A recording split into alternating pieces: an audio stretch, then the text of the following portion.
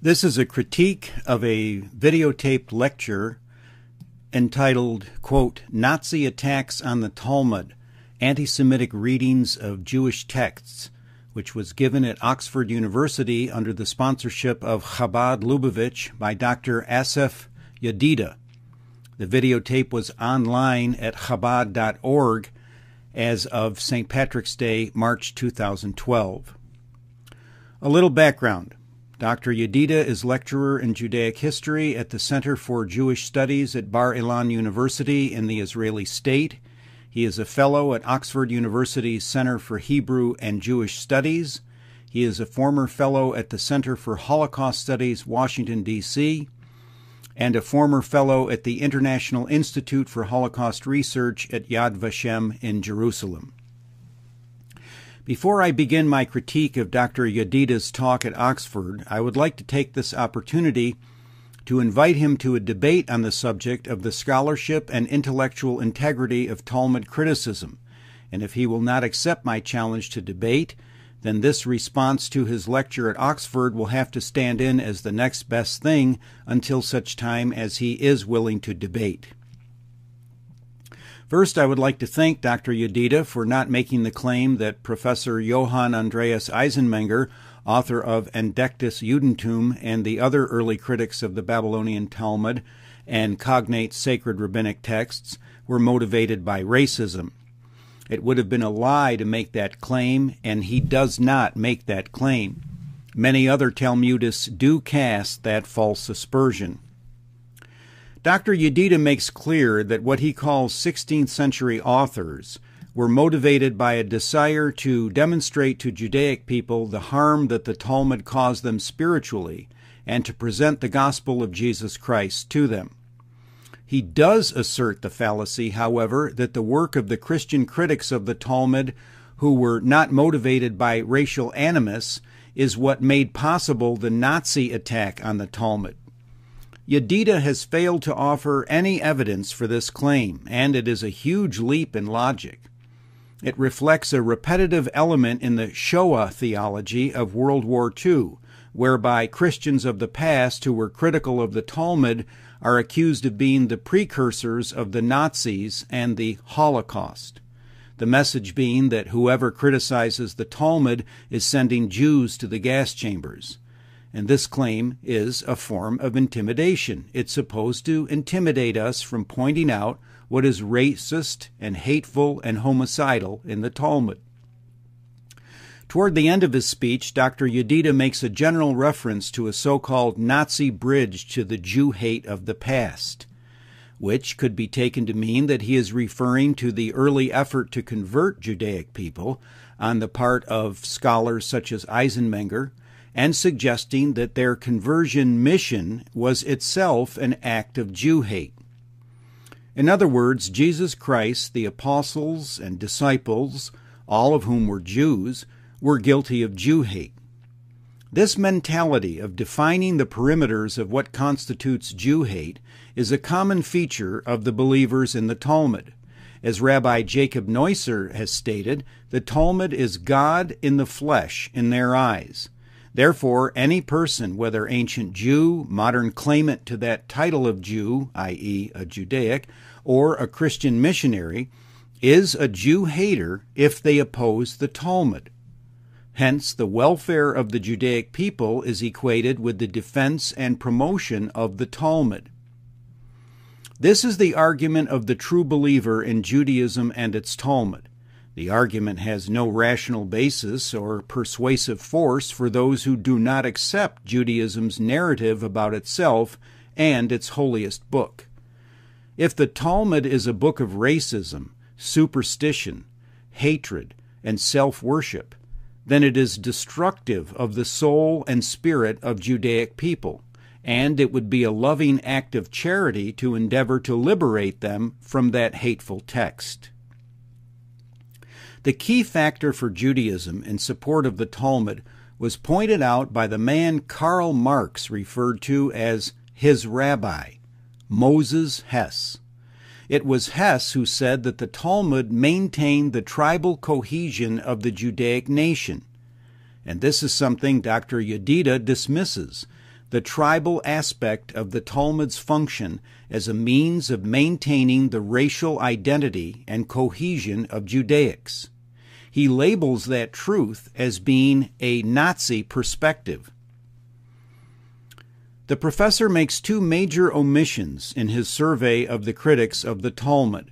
No true scholar of Talmudic criticism who claims he is surveying the field of, quote, anti-Semitic readings of Jewish texts, which was the subtitle of his talk according to the Chabad organization, can afford to overlook Martin Luther. Now, why he omits Luther, I don't know. Luther is notorious in this regard, yet Yedida makes no mention of Luther's book contra the Talmud, titled in German, Von den Juden und ihren Lügen. That is to say, on the Jews and their lies. It is rather strange that he would fail to mention Luther's book and then cite various minor figures in German history who attacked the Talmud. So this is a major oversight on his part. Is it deliberate? I don't know. His second omission is of the 19th century's most devastating scholarly critique of the Babylonian Talmud by Dr. Alexander McCall, whose books were published in Yiddish as well as English. Again, it is incomprehensible to me that he would leave out McCall. Could it be he is unaware of Dr. McCall or prefers to avoid him because McCall was a fervent advocate of Judaic converts to Christianity and helped to promote those converts into high positions in the Anglican Church, including in Palestine? Dr. Yedida says that the Nazis didn't spend much energy attacking the Bible, but focused on the Talmud. This is frankly nonsensical. The Nazis were so critical of the Old Testament that Pope Pius XI, in his 1937 anti-Nazi encyclical to the German Church, titled With Burning Concern, Mit Brenner Sorge, felt impelled to specifically defend the Old Testament against the Nazi attacks. Once again, Dr. Yedida errs considerably here on this point. Now to the specifics of some of his charges against the critics of the Talmud. The tactic he uses with Dr. Eisenmenger is to quote passages from the Talmud in English, which are censored mistranslations of the original Aramaic, and then blame Eisenmenger for quoting the uncensored Talmud.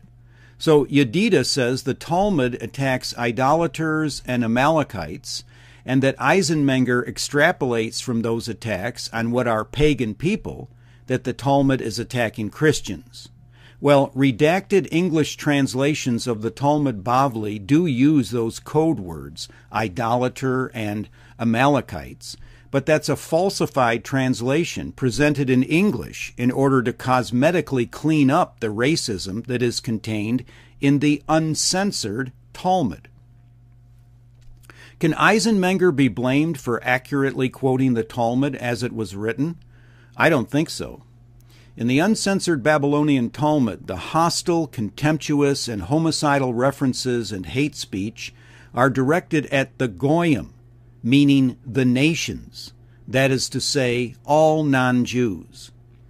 Dr. Yedida uses another example of what he claims is an incorrect attribution when he cites Rabbi Ben Yohei's statement that even the best of the non-Jews should all be killed. Dr. Yedida makes a point of saying that the critics always omit the next line from Yohei, where he allegedly qualifies his statement by saying, in time of war, even the best of the non-Jews should all be killed. Well, first of all, that statement is indefensible whether the qualifier is applied or not. For example, if an Iranian Ayatollah were to say, in time of war, even the best of the Jews should all be killed, most of the world would recognize that that statement was a genocidal declaration, and no amount of pleas for context would ameliorate the seriousness of the threat. Moreover, critics of the Talmud, at least the better ones, certainly don't fear context. More often than not, a broader consideration of the context of controversial Talmud passages confirms their hateful intent. For example, let's take a different passage from Rabbi Ben Yohei's Uv, in which he states in Kedushin 66c, quote, the best of the Gentiles kill him. The best of snakes smash its skull. The best of women is filled with witchcraft." End quote. What kind of propaganda is Dr. Yedida going to mount in defense of Rabbi Yohei's misogyny, his advocacy of murder of Gentiles, and the comparison of women and Gentiles with snakes? Dr. Yedida makes an issue out of Julius Streicher using snake imagery for the Talmud, yet here is a comparison by a rabbi who is honored with a huge pilgrimage to his grave in Palestine every year, of a comparison of women and all non-Jews to snakes who should have their skulls smashed. So here we have corroborative context for better understanding that when the rabbi said that the best of the Gentiles should all be killed, and then tacks on the phrase, "in time of war," we should understand the pilpul and casuistry of Talmudic exegesis.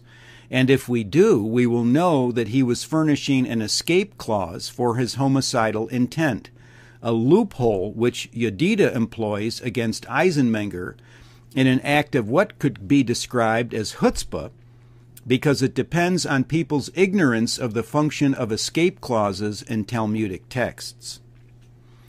It's also rather ominous when Dr. Yedida equates criticism of the Talmud with so-called anti-Semitism, because there are prestigious and influential rabbis, such as the Rosh Yeshiva of the Talmud Academy of Har Bracha Hesda on the occupied West Bank, Rabbi Eliezer Melamed, who rules that it is a mitzvah, a blessed deed, to kill anti-Semites. Dr. Yedida says at one point that Talmud critics falsely say that the Talmud decrees that Gentiles were born to serve the Judaics. Has Dr. Yedida ever heard of the spiritual leader of the Israeli Shas party, Rabbi Ovadia Yosef? How could he not have heard of him when Dr. Yedida is on the faculty of the religious Bar Ilan University in the Israeli state? So are we supposed to believe that Dr. Yedida is ignorant of Rabbi Ovadia Yosef's Talmudic teaching that, quote, "Gentiles are like donkeys. They exist only to serve the Jews," end quote. This is a documented statement by Rabbi Yosef. You can read it on page 206 of my book, Judaism's Strange Gods, or you can read it in the Jerusalem Post newspaper of October 18th, 2010. And this is a statement by a rabbi who is the head of the Shas Council of Torah Sages in the Israeli state. And Dr. Yedida is trying to tell us that this is not a Talmudic sentiment, that the critics of the Talmud are making this up? Is Rabbi Ovadia Yosef our creature or the Talmud's, Dr. Yedida? Was he trained in a Franciscan monastery or a Talmudic yeshiva? Dr. Yedida says that the Talmud critics falsely charge Maimonides with giving the permission to kill Gentiles, that this is not the teaching of Maimonides. Well, in fact, it is not just the teaching of Maimonides. It is actually from the Talmud Bavli, Sanhedrin 57a, quote, "If a Gentile kills a Jew, the Gentile is to be killed. But if a Jew kills a Gentile, the Jew is to go free," end quote. Is this out of context? Is that how you want to try and claim it is false and that it doesn't mean what it says? You want context? Well, let's do context. Maimonides, quote, "All of the inhabitants of the world are compelled to accept the Noahide laws. If any non-Jew does not accept these laws, he should be killed." End quote from Rabbi Moses Maimonides' Mishnah Torah, Chilkat Melachim, that is the laws of kings and wars, section 8, Halakha 10. This section of Chilkat Melachim deals with battle captives, but in the course of elucidating those laws pertaining to captives, Maimonides is drawing on the larger corpus of Halakha having to do with non-Jews, the 7 laws of the Noahide. Maimonides is specifically cited in this regard in Tosfot Yom Tov Avat, chapter 3, verse 14.